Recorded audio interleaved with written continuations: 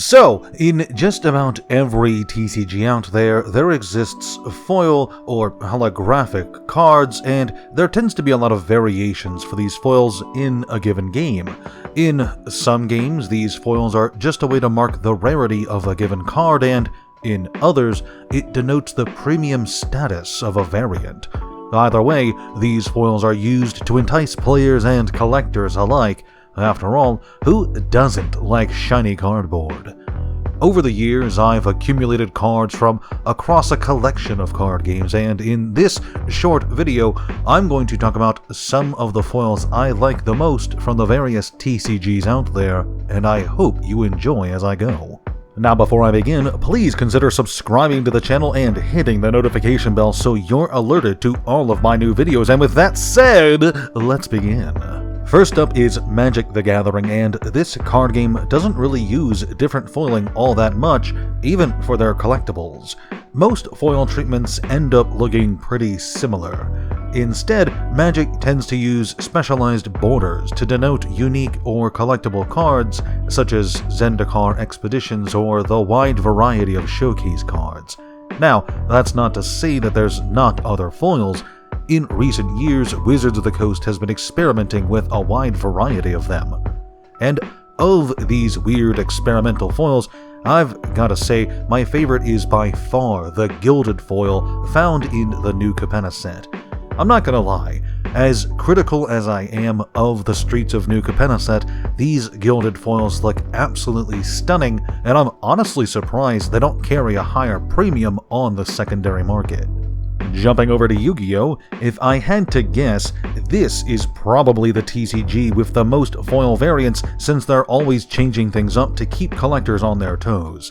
This game's got foils for days, and while the foiling treatment is supposed to denote a card's rarity within a set, a lot of times you'll see special sets with only one or two rarities being released, so the point is kind of moot.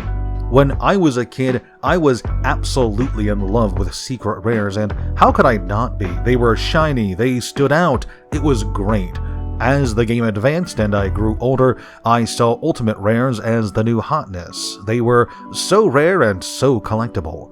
Ultimate rares, for those who don't know, are basically the Yu-Gi-Oh! Equivalent to a Masterpiece card. They were alternate foils of a card that already existed in a set, but they were way harder to pull.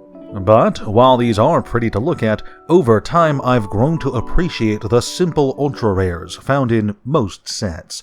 Yeah, secrets and ultimates are shinier, but I've actually found their foiling patterns sometimes to distract from some of the card art. Don't get me wrong, there are some secrets and ultimates that I still think are absolutely beautiful, but as a whole, I can appreciate the art and enjoy a decent shine on just the normal ultra rares, and I really enjoy those. And yes, I can already smell the Ghost Rare fans in the comment section. Yes, they're nice and shiny. Yes, they're rare and expensive, but I don't know. I like being able to actually appreciate the art, and on a lot of Ghost Rares, I just don't have that opportunity because, you know, it's all kind of faded out, all white looking. It's impossible to actually see the art. Now then, for a lot of the other card games I've tried, the foils all tend to be pretty similar, with Pokemon and Force of Will standing out the most. Both of these games change up the foiling fairly often, especially when it comes to their full art cards, though if I had to pick which one I like better, I'd say Force of Will. While a lot of the full arts in the game just have the standard foiling treatment, from time to time they do this neat textured foiling which I really enjoy. Now, before we get into my absolute favorite foils, I want to give a special mention to the Harry Potter TCG. Now, this game has been out of print and unsupported for about 20 years, but I gotta say, Wizards of the Coast really nailed it with the holographic cards.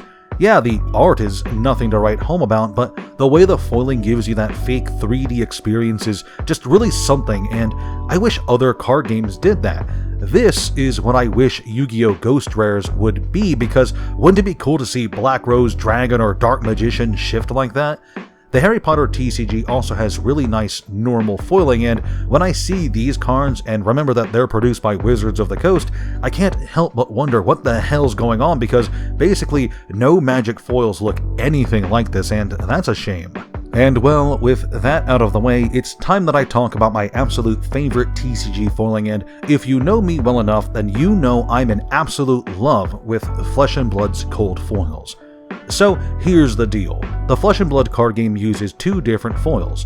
One is the standard foil you see in pretty much every TCG, and here it's called Rainbow Foil. But for most pieces of equipment and a handful of other cards, LSS uses a really fucking nice foiling that's comparable to Magic's etched foils, only, in my opinion, way cleaner.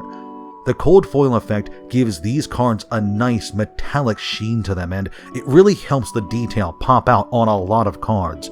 Putting this foiling primarily on equipment really gives them this regal look that makes them feel like you're pulling some ancient treasure out of a vault to admire, and I absolutely love them. And I gotta say, these videos really are not doing cold foils justice. Just, if you get the chance, take a good look at some cold foils because they are just beautiful. Now, for older sets, cold foils only appear in the first edition boxes, and a lot of these older cold foils demand insane prices on the secondary market.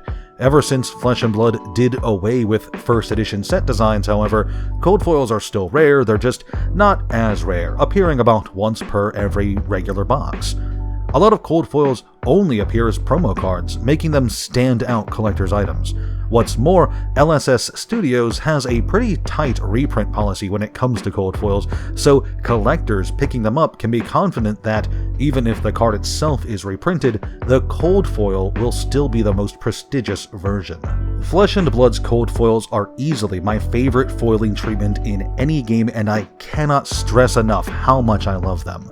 I never say never, but it's unlikely that any other kind of foil will ever dethrone them. What do you guys think? What's your favorite kind of foil? Be sure to let me know in the comments below. Thanks for watching, a special thanks to the patrons out there helping me pay the bills, and I'll see you all in the next one.